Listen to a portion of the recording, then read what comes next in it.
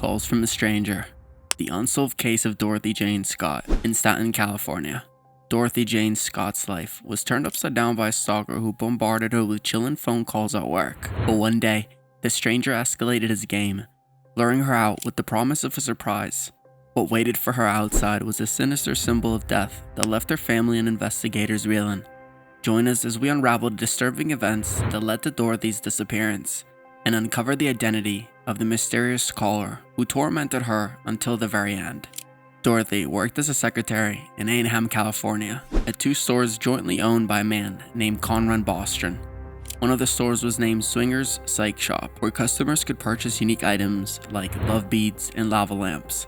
The other store was Custom John's Head Shop, and it sold paraphernalia for smoking tobacco and cannabis. Was Dorothy's occupation or the nature of the stores she worked at connected to the harassment she faced? Dorothy Jane Scott's life revolved around her work and family, and despite being employed at Swingers Psych Shop and Custom John's Head Shop, she did not indulge in any of the products they sold.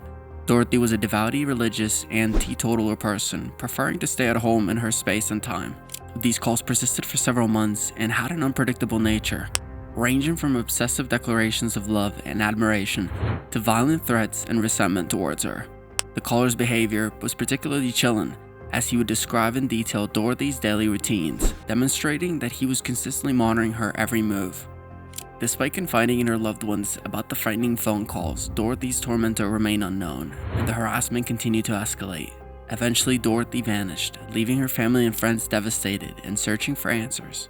The threatening phone calls that Dorothy Jane Scott received were becoming increasingly terrifying. One of the calls in particular stood out for its disturbing nature.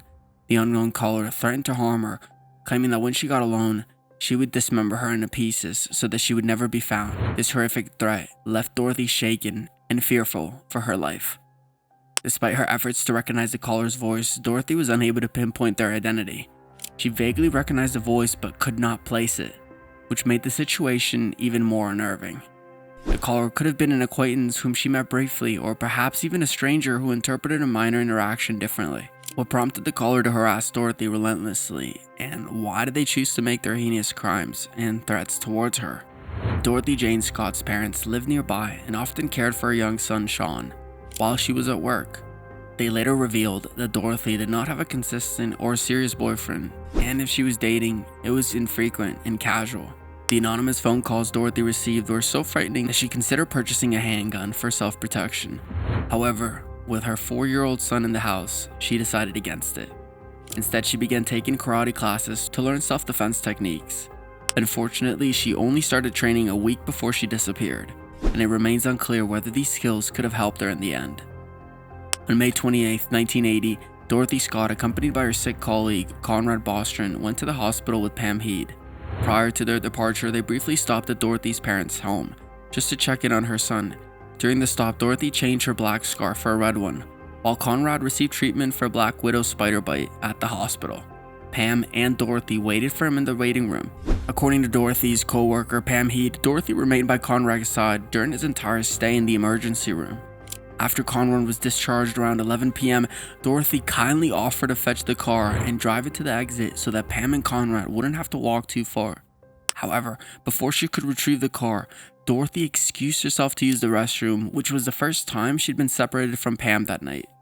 What happened to her in those few minutes alone in the restroom? After Dorothy Scott's colleague Conrad Bostrom received treatment for a black widow spider bite, Dorothy and Pam went straight to the parking lot to drive home. However, when Dorothy took longer than expected, Pam and Conrad went to check in on her and saw that her car was speeding towards them with its high beams on. The car quickly passed them and left the parking lot. Despite their shock, they assumed that Dorothy had an urgent matter to attend to regarding her son. After waiting in the parking lot for several hours with no sign of Dorothy, her companions, Pam and Conrad, grew increasingly concerned. They decided to call Dorothy's parents to check if she had gone to see her son or return home, but to their surprise, her parents hadn't seen her at all. At 4:30 a.m. the next morning, Pam and Conrad contacted the authorities to report Dorothy's missing. Unfortunately, the only clue the investigators found was Dorothy's white 1973 Toyota station wagon, which was discovered on fire in an alleyway around 10 miles from the hospital. There was no one around and no sign of Dorothy inside the car. This perplexing incident left Pam and Conrad and the authorities with many more questions than answers, and Dorothy's whereabouts remained unknown for several years. A disturbing call was made to the Orange County Register a few weeks after Dorothy Scott's disappearance. The caller claimed to have killed her, stating that she had cheated on him with another man.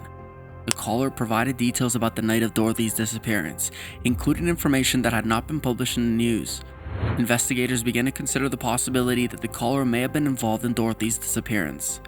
Who was this anonymous caller, and what role did they play in Dorothy's case? However, some of the details provided by the caller were contested, such as his claim that Dorothy could call him from the hospital on the night of her disappearance.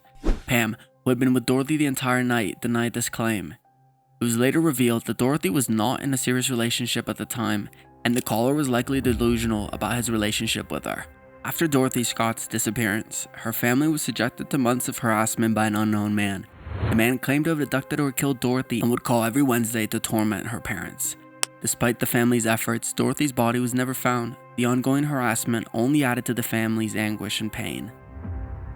In 1984, the Scott family received another call from the anonymous tormentor after 4 long years. This time, Dorothy's father, Jacob, answered the phone, causing the caller to hang up abruptly. The incident raised questions about the caller's possible connection to Jacob and his fear of being recognized. Join us as we uncover the eerie details surrounding this chilling case and learn about the perplexing circumstances that still remain unsolved to this day. After 4 long years of waiting, on August 6, 1984, the remains of Dorothy Scott were finally found. A construction worker discovered her partially charred bones on the side of Santa Ana Canyon Road in Anaheim. Along her bones were some dog bones, a turquoise ring, and a watch, which had stopped at midnight on May 29th, about an hour after she was abducted. Unfortunately, the case of her death could not be determined due to the length of the time that had passed. Dorothy's family found some closure when they finally laid her to rest on August 22nd, but the anonymous calls persisted, with the caller repeatedly saying ominous phrases like, "I've got her," or asking for her whereabouts. The police attempted to trace the calls, but the caller never stayed on the line long enough to be traced. Despite extensive investigation, Dorothy Scott's abductor and the tormentor remains unknown. One of the theories suggests that it could have been a coworker or someone from her father's circle of friends. Mike Butler, who had an unhealthy obsession with her and an interest in the occult, is a person of interest. Join us as we explore the perplexing case that has left investigators puzzled for decades. The disappearance of Dorothy Jane Scott in 1980 remains a mystery to this day. Despite extensive investigations and interviews, no solid leads or suspects have been identified. Some accused speculate that it could have been a coworker, while others pointed to a man named Mike Butler, who had an unhealthy obsession with Dorothy. However, there is no concrete evidence linking him to the crime. With Dorothy's parents now deceased, her son Sean continues to search for answers. Could her killer still be out there, possibly connected to other crimes?